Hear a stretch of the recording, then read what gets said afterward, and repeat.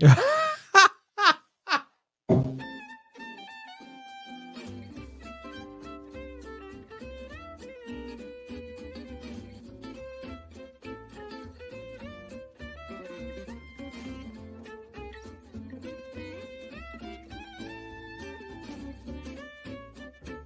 do, neighbor. It's Berean Spirits time once again. The boys have gathered around and they're ready for you. So join in, make comments, and study with the guys as they try to study as the Bereans did in Acts chapter 17. And now, here's the guys. That's right, folks. It's time for another episode of Berean Spirits on a beautiful, beautiful Thursday morning here in the Ozarks of Springfield, Missouri. I'm sure it's just as beautiful, though, up there in Wichita, Kansas with Josh Thornhill with the Westside Church of Christ. How you doing, brother? I'm good. And it's warmed up a bit. Well, I mean, you wouldn't be able to tell right now. It's 39 degrees, so a little warmer. Oh, yeah. A lot of the snow is melted. I'm looking at the cameras here. We still got a big pile of snow in the parking lot, but otherwise, it's good. Yeah. 39 was like our high yesterday, but we're supposed to get in the 50s today, so I'm looking forward to that. That's going to be a beautiful day for sure.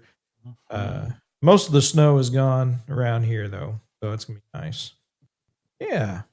Richard Dodson with the Kearney Church of Christ up in cold Kansas City area. How you doing there, Richard? I was checking. We're going to get to 54, it looks like. Yeah. But it's 37 right now. Yeah. But, snow's quickly going away. Yeah. So I'm all for that. It can go bye-bye. I hear you. Everything just needs to go to spring, and I'll be happy. Yeah, well, we're going to get a taste of it over the next week, and then anymore at night when I sit around with my wife, I gotta have a blanket. Yeah, I guess it's because I'm getting older, but I never used to have to do that, but boy, I sure do now. She's giving you the cold shoulder. That's why. Well, yeah. Well, all those things you've been looking up, and thinking about. I don't blame her. Don't go there. Don't go there.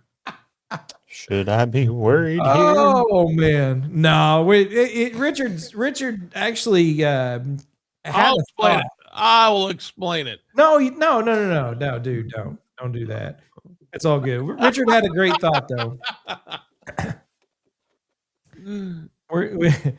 Yeah, you want me to lean on you, the guy who got me in trouble last night. Mm-hmm. Oh man, it's just so easy. Here's how things go down.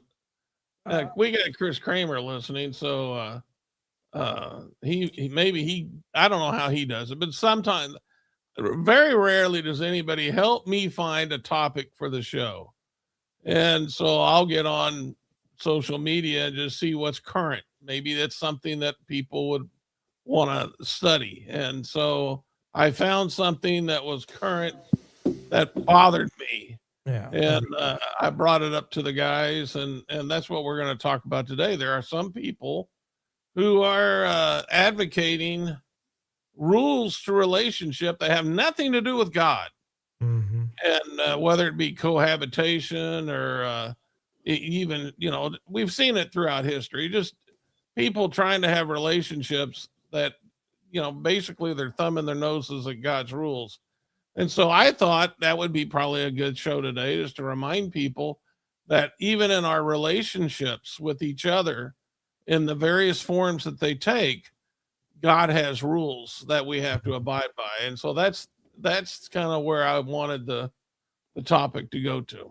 Yeah. And it's a good one. I mean, that's, anymore today in our society, in our culture, and granted, I know it's been this way throughout history, but as we live through and we experience certain things ourselves, and we see the results of it firsthand, we recognize the detriment to society that takes place when God's law, God's rules, his his will is disregarded. He himself is disregarded. The idea of the family being under attack, and you look at the problems in whether it's inner cities, whether it's in rural areas, it doesn't really matter. If God's will is disregarded, then the family breaks down, the society breaks down, and it just creates a world of carnage, of havoc that is being wreaked upon us, and it's unfortunate. And so, going all the way back to the beginning, what we find is that God had certain standards that He expected us to live by, to adhere to respect, and anytime those standards are set aside or disregarded, then problems arise. And so, who is setting the standard for regardless of your relationship, whether it's in marriage, whether it's a parent child, whether it is in a work situation, a neighbor situation, all of that is irrelevant as far as what relationship you want to talk about. But the point is, in all of that, there are guidelines that God has set forth of what He expects His creation, and particularly His children, to adhere to and be guided by. And so that's what we're going to be talking about today, for sure. Yeah, there are certain passages that appear to be like judgments or commands that are frameworks for how God wants us to do certain things. And I was involved in a Bible study where we were actually discussing that, and so that's kind of where I'm looking at with these relationships. There are scriptures that appear to be judgments, to where anything that we want to consider as far as a relationship in that realm has to meet that that judgment or that guideline, that or not guideline, but that rule that the Lord had set forth in order for us uh, to be able to meet. Otherwise, it'd be forbidden. Absolutely. So what's the first one you got for us? Well, I thought we just an easy one. We just talk about marriage, because marriage is such a, you have in today's world, you have people who are considering marriage again without considering what God says, and you know we can go back to like in Matthew 19, Jesus talked about from the beginning. How did God establish marriage? And in Matthew 19:4, he said he made them male and female. And he said that man shall leave his father and mother in Matthew 19:5 and be joined to his wife. The two shall be one flesh. They are no longer two, but one flesh. What God has joined together, let not man separate. And what I'm really taking from this that I want to emphasize is that marriage is something that is between a male and a female. Yeah, that absolutely. And Josh, when you look at these particular texts, a lot of people say, "Oh, well, God never said anything, or Jesus never spoke against." Jesus Himself never spoke against homosexuality. When in fact, that's exactly what He does when Jesus quotes from Genesis 2:24 and other passages about a man and woman. He does make that very clear. Yeah, and what Jesus does in Matthew 19 is goes back to the beginning. Of course, He's asked that question there.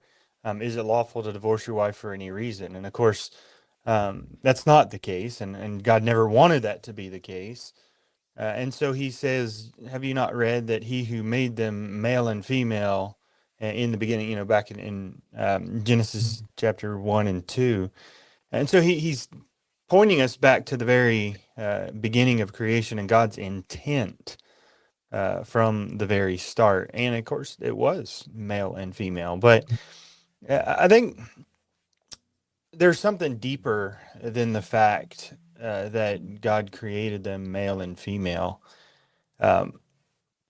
You consider how that came about. God had created Adam, And it says that Adam was naming every creature, and there was no mate that was suitable for him.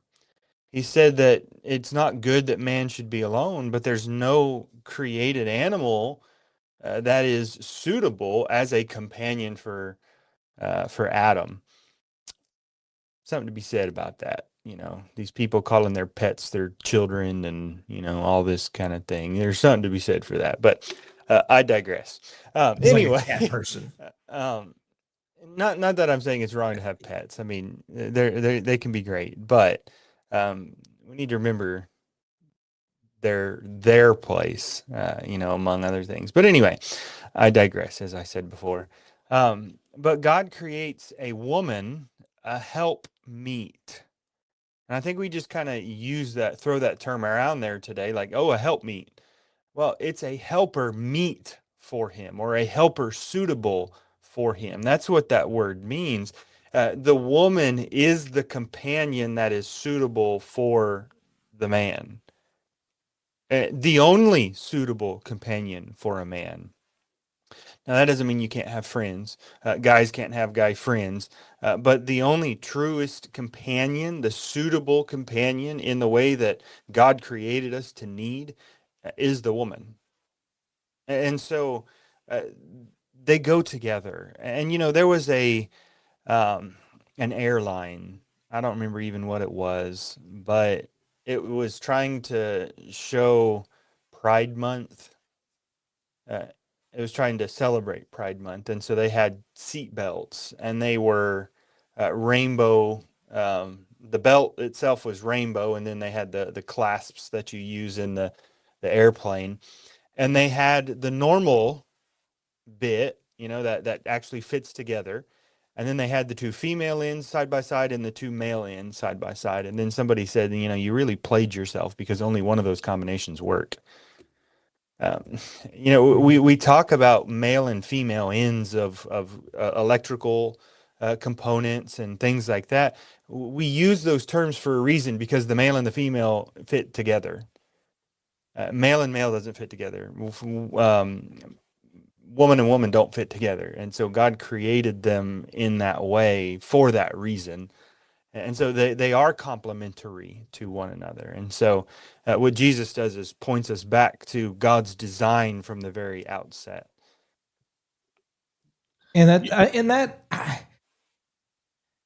Sometimes things are just so simple to grasp, and yet people are so determined to try and make it, to do it another way.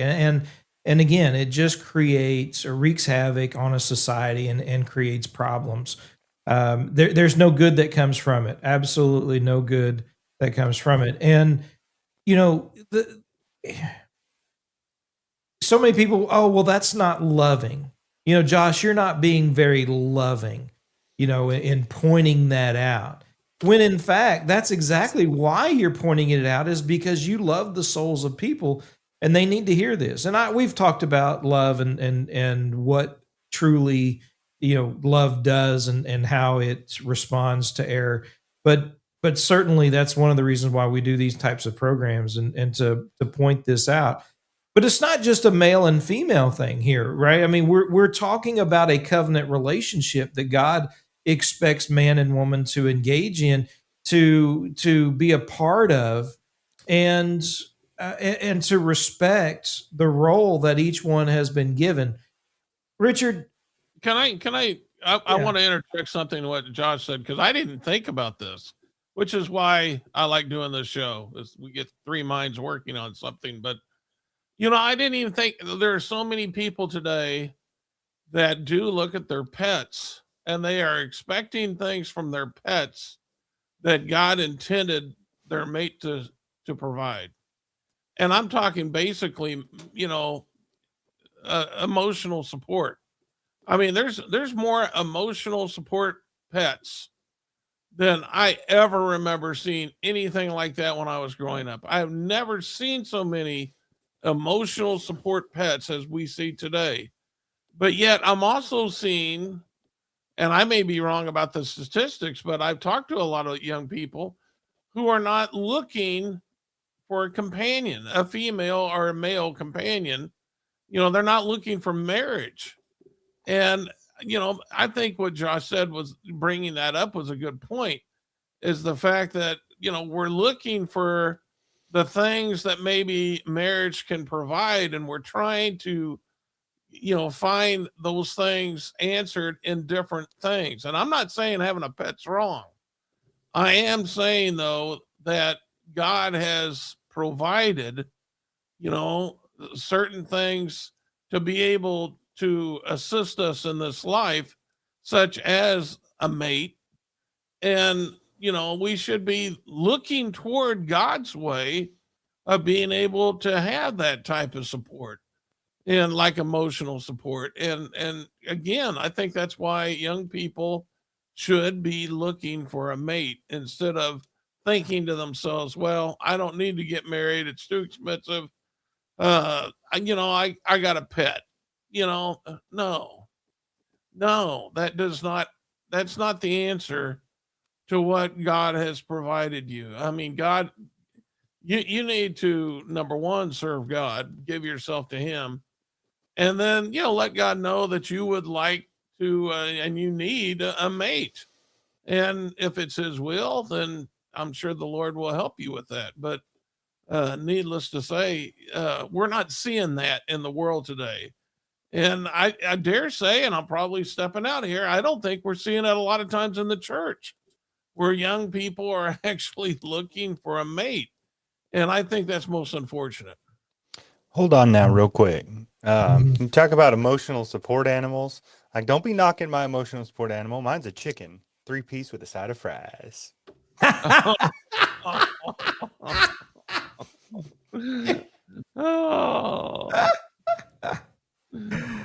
Oh, amen. And that does it, folks.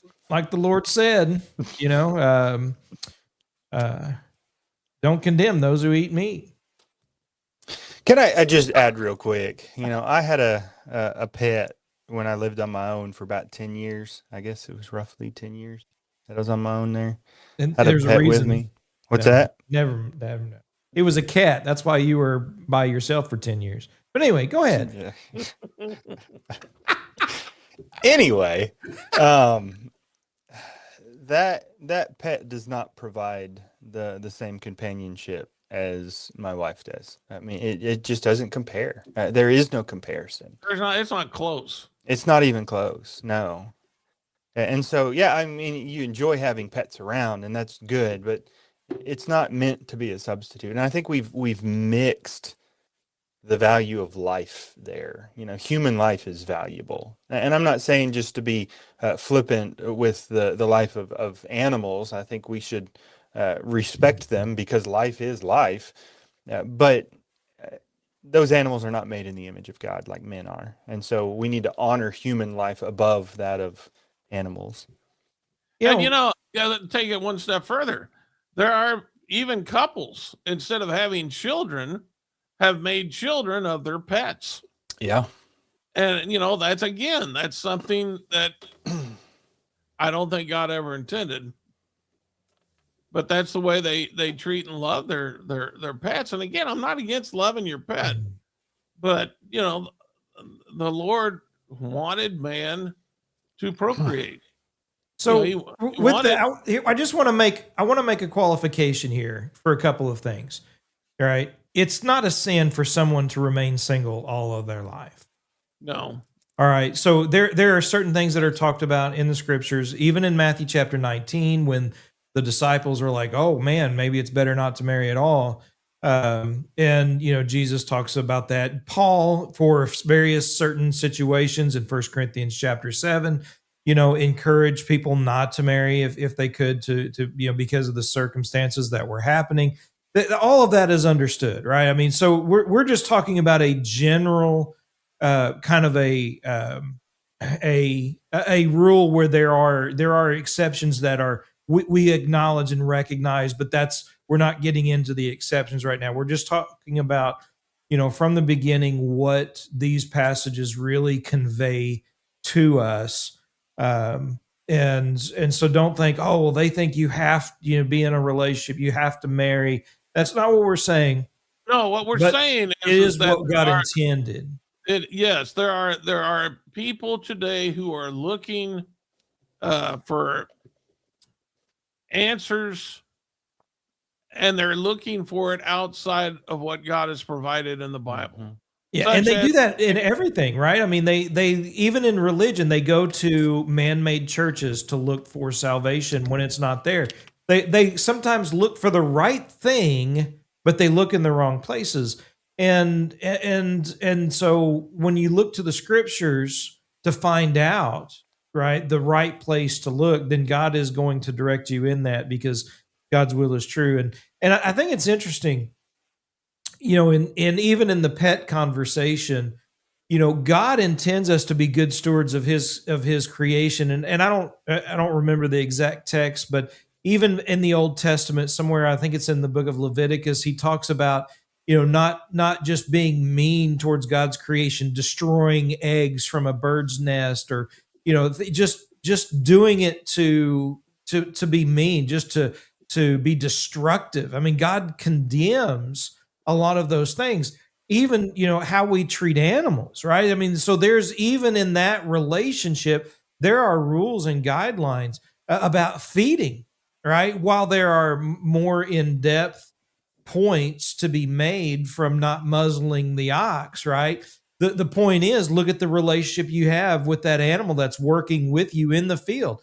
There are guidelines. So regardless of what relationship I said earlier, and why we mentioned, people to people, even in relationships with animals, if somebody was to kill an animal of you, there were certain laws, rules that God intended to be followed, and for reconciliation, or compensation, I guess, to be made, for even pets or animals that were working for you. So um yeah, even in that, there were things that needed to be recognized and noticed by God's word. my point is substituting, Yeah, I substituting know. what substituting, like in marriage. Instead of it being male and female, there are those who search for male and male, or female and female. And again, that's not going to provide what somebody may think it provides, what God intended, but it doesn't. And it's violating a rule of God. And again, if God is not first and foremost in any of the relationships, if you don't include God, then you really don't have a relationship. God has to be included in everything in order for it to be as God, our Creator, intended. And real quick, Richard, I want you to, if you don't mind, convey this little event that took place, because some people want to include God or Christ in the wedding, but not in the marriage. But you had a situation, and it cracks me up every time, where you were asked to perform a wedding, and it left a sour taste in your mouth, and partly because of how the woman originally wanted to be identified as you were performing the wedding. Oh, yeah. Well, that's all I need you around here for, is to bring things up that, yeah. No, this Well, it's woman, relevant to our conversation, I think. yeah, the woman, I was doing the wedding as a favor to a friend of mine, which they're not Christians. And, I thought maybe he'd give me a chance to talk about Christianity and all. It was just a mistake. If they're not Christians, I don't even think about marrying anybody anymore. But needless to say, we went to I'm the sure Catherine rehearsal. appreciates that. Yeah. When they when we did the rehearsal, she did not want to be referred to as a wife. She wanted to be referred to as a woman, and but not as a wife. And I was completely befuddled. I mean, I was like, I don't even know how to do this wedding. If that's the case, you're becoming a wife. I mean, like, I don't know what you're expecting here. That's why people get married, a husband and a wife. I mean, I don't know what you're asking of me. And so, I, to make a mockery of it, I went through the wedding Vows. process. Yeah, the vows. And I just exchanged woman for wife, and we get to the part where I said, "Do you take this woman to be your lawfully wedded wife?" And instead of saying lawfully wedded wife, I said, "Your lawfully wedded woman." And everybody started laughing, and she stopped me and she's like, "You're right. Make it wife." And I was like, "Nah, I got to get out of here. Oh, this was a mistake." But it goes to show you the mindset of people, right? Mhm. Not wanting to follow the rules of and acknowledge and respect God's rules and God's will concerning marriage and the responsibility and role of each person in marriage, for example, right? And so not only husbands and wives, of course, we can again talk about any relationship, but I think it's interesting, how people want to go about changing things. And it sounds good in their own mind, but again, it just, when you hear it out loud, sometimes it's like, okay, yeah, maybe not. Go ahead, Josh. Well, and what we've kind of addressed though is that so many people want to have their relationships absent from God, but just look at society. I mean, they've just done such a fine job of having relationships without God in them, right? Like you just look at our culture right now, and the relationships that are absent of God are just thriving, right? No, they're not. I mean, and we wonder why there's so much brokenness in our culture. I was having this conversation. There's a text there in John chapter 5, where this man is sick. And it doesn't tell us what kind of illness he had. He had some kind of infirmity. And I think it's something that affects his ability to walk based upon the context of the conversation. But he'd been sick for 38 years. 38 years. I'm not even that old. Uh, longer than I've been alive, this man has been sick. And Jesus goes to him at this pool where he's laying down, and he asks him, "Do you want to get well?" And it's like that's a weird question. I mean, you go to the hospitals and go room to room and you ask people, "Do you want to get better?" I'm sure a lot of them, most of them would probably say, "Yeah, absolutely. I would love to get better." I was having a conversation with somebody a week or so ago, and his wife works in a hospital, and he was saying that there was a woman who was in there, and her health was poor, and she uh, walks into the woman's room, and there's like 30 soda cans that are sitting in there. And the reality is, a lot of people, they want the result. They want to go to the doctor and they want to have whatever's ailing them better, but they don't want to make any changes in their own life in order to get themselves there. And so, do you want to get well? Well, a lot of people don't. They want the easy fix that kind of masks the symptoms, but they don't want to truly be made well. And that's what we're seeing in our culture today.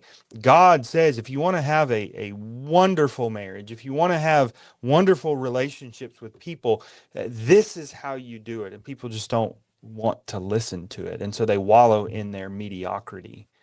They wallow in their broken relationships, and they wonder why it's so It's bad. failure. It's not mediocrity. It's It's failure. failure. Yeah. Uh, And they wonder why. Well, that's what mediocrity is failure as a whole. I was talking to one man. He's divorced, married again. I asked him what happened to the first wife. He said, "I just fell out of love." I'm like, "Oh, well, you're in love with this wife." And he's like, "Well, yeah, for now." For now. And I'm like, this is what the world, there's no commitment for some people. And that's exactly not what the Lord, that's not a rule of God's when it comes to marriage. there's just no commitment to understand that, you know, those weird feelings that one may get, you know, that we mistake for love when we first meet somebody, you know, and then that's not love. You know, the love is the fulfilling your commitment to them, and and that's not always easy. You know, sometimes that's really, really difficult. That's why, you know, on most marriage vows, it makes reference to sickness and in health. And, you know, that means good times and bad times. And sometimes there's not a lot of good times, but you made a commitment and you're going to stick with that commitment. And that's one of God's rules for this. And so, you know, these people who just go from one mate to another mate just because they're looking for that love they call love feeling, you know, that's number one, that's not how God defined love. But number two, that's not fulfilling. That's just temporary. Well, and And there are three words used in the scriptures for love, at least three: phileo, agape, and another one was air. You remember Eros. Eros, right? And so a lot of people have that eros, right? That's what they want. That's how it starts. That's where they're like, oh, let's get married, and then they never move to the agape. They never develop. They never choose, you know, what God desires in the agape love, because that love is a choice. It is a choice in decision making. It is a choice to do and think certain ways and certain things in a relationship. But as soon as that eros, you just kind of, you know, like you said, fleeting fades away, they look somewhere else for that eros again, and they never move to that agape. And that's why these, you know, in part, marriages are failing, and the idea of, well, you know, I'm falling in and out of love. They're not choosing, right, the agape love that God demands, and is the true guideline for, you know, a long relationship with someone.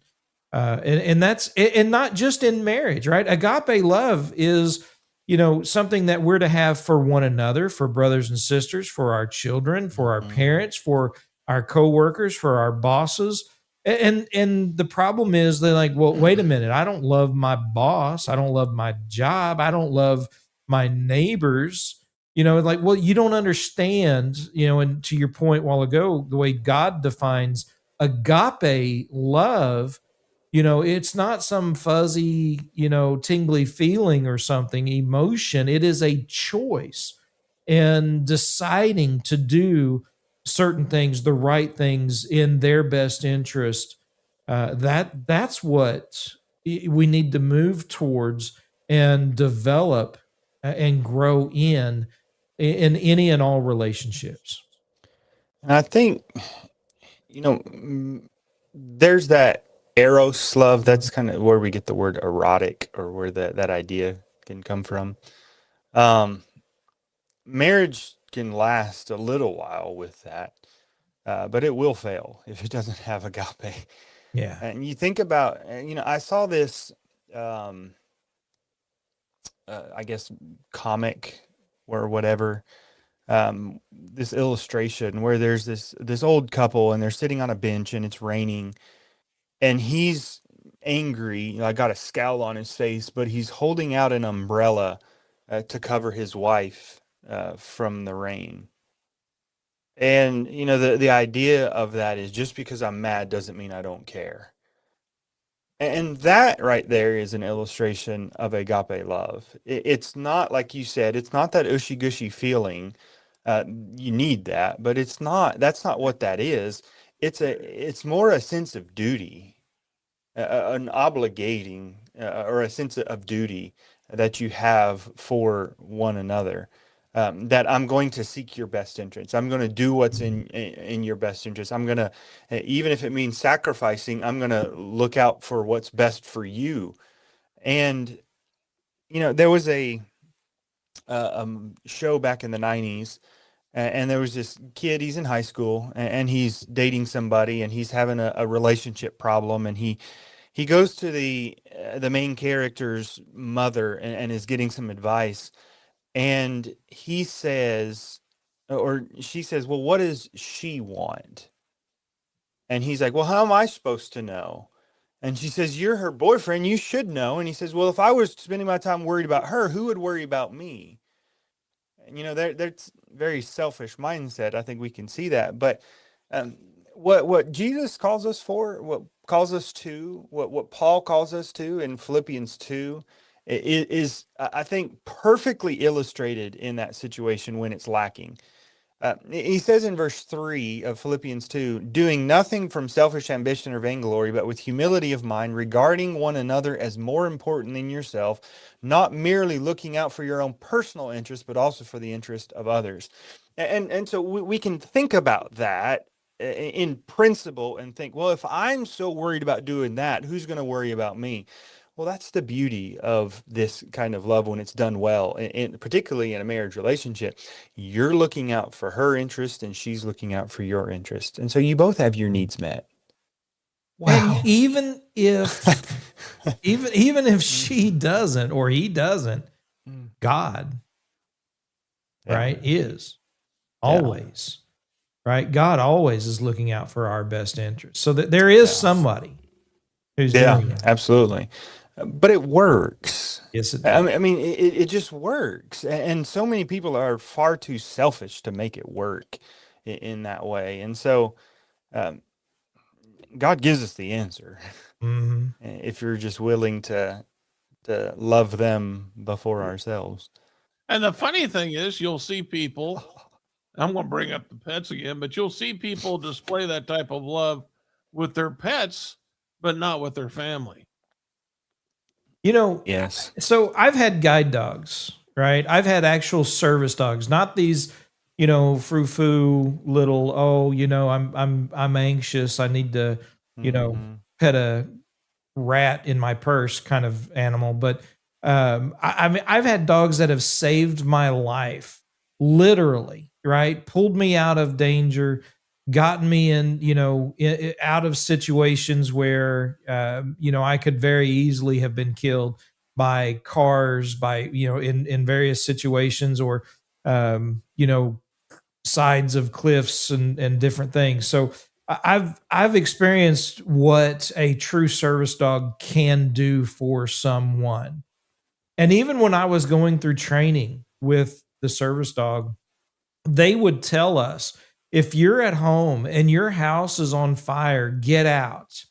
Right? Don't go back in for the dog. And listen, at the time, even back in the 90s and early 2000s, they had $60,000 to $100,000 invested in each service dog when they retired and were sent home with their guide, or who they were guiding. And I mean, all this money was invested, and they were telling you, listen, this is a dog, right? Get your family to safety, right? And if it's safe, okay, but don't risk your life for the dog. And you think about the relationship and the trust that I built up with that animal, with Navarone, the last guide dog that I had. And that, I'm going to tell you, that there was an emotional attachment. There's no doubt about it. But at the end of the day, right, he's a dog. He was not a child. He was not my wife. And if the house was on fire and my safety was to get out, I wasn't to go back. And some people would think, oh, that's terrible, that's horrible. But to the point I think that we've been seeing and making, there is a difference between the life of an animal and the life of a person. The soul that has been breathed into us life, right, is what God has done, and that's what separates us from animals. And that's something to take note of, not to be flippant about it, but at the same time recognize the difference. I heard of a people in Florida when a hurricane came through who refused the evacuation orders and died because they didn't want to leave their pets. They're valuing their pet's life over their own, and just the opposite of what you just described there. So anyway, Yeah, We it got happens. we have now that's another relationship, but our children, Yeah. um, we got this in my neighborhood Facebook page. People are always they're always so concerned. They're posting pictures of dogs every time they see a dog out running around without a leash on. It's like, oh my, it's almost like an Amber Alert. And of course, some of these dogs I see in here, they're fully clothed every day. I mean, they're treated like children. They do. They clothe them and then they take them for a walk. And when the dogs get tired, they pick them up and carry them. And but yet then I see their children running around, with no oversight whatsoever. And it's, I brought this up to my wife many times. I'm like, you know, they're really they're really good at being a parent to their dogs, but they're really horrible at being a parent to their pet or their children. And again, I think and we're ignoring the rules God has set forth, where the emphasis should be on our children. We're just we're valuing one thing over another for whatever reason, and that's most unfortunate. Yeah. We need to go back to God's word and consider what He says about those relationships. And this is not new. Uh,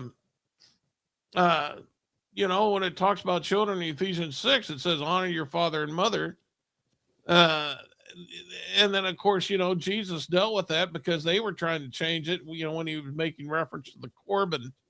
Instead of taking care of your parents when it got old, you could actually buy your way out of that responsibility. And when we're supposed to be honoring our parents, and there's just things that man is doing in their relationships without considering what God says about it. And we would be way farther ahead, even in the church, if we would consider what God says about how we are to treat each other and look to each other.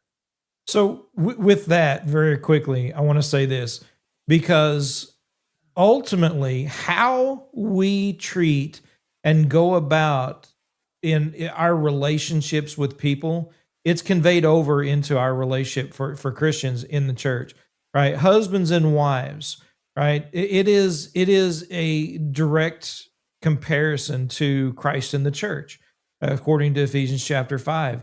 And so, however you think that relationship works, right, that's going to be conveyed over into your relationship in the church and vice versa, right? If you recognize that you are a part of the bride of Christ and you conduct yourself accordingly, then that is going to translate over into your relationship with your spouse.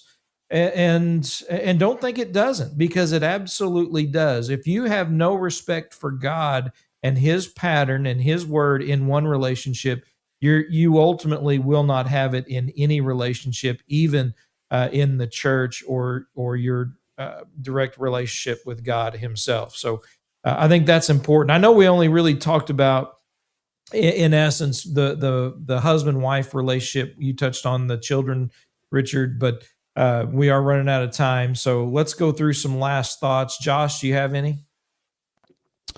I mean, we hear that idea as far as marriage, that it's a triangle, and that will be the most important relationship that we have outside of God. But really, all relationships work better when God is at the center of it.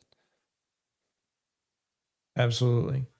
Yeah. Richard, last thought? Yeah, I just want to make a comment. David Sambursky said this. There's an old song back in the 60s that had a stanza that said, if you want to be happy the rest of your life, never make a pretty woman your wife.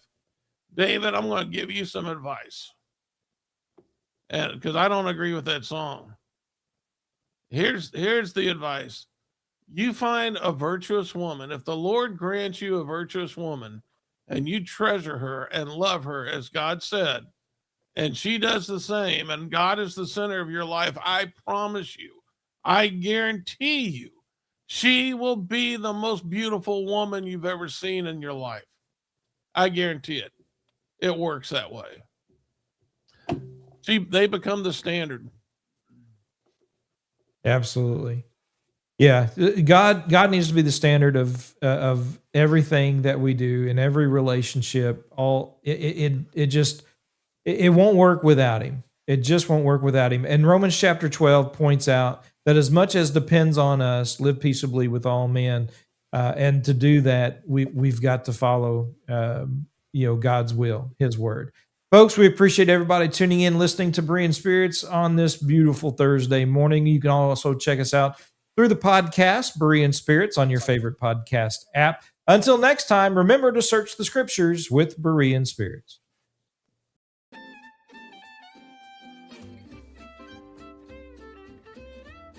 Well, folks, that's all for today. Don't worry. Lord willing, the guys will be back next week for another Bible study on Berean Spirits. Until then, let the guys hear from you.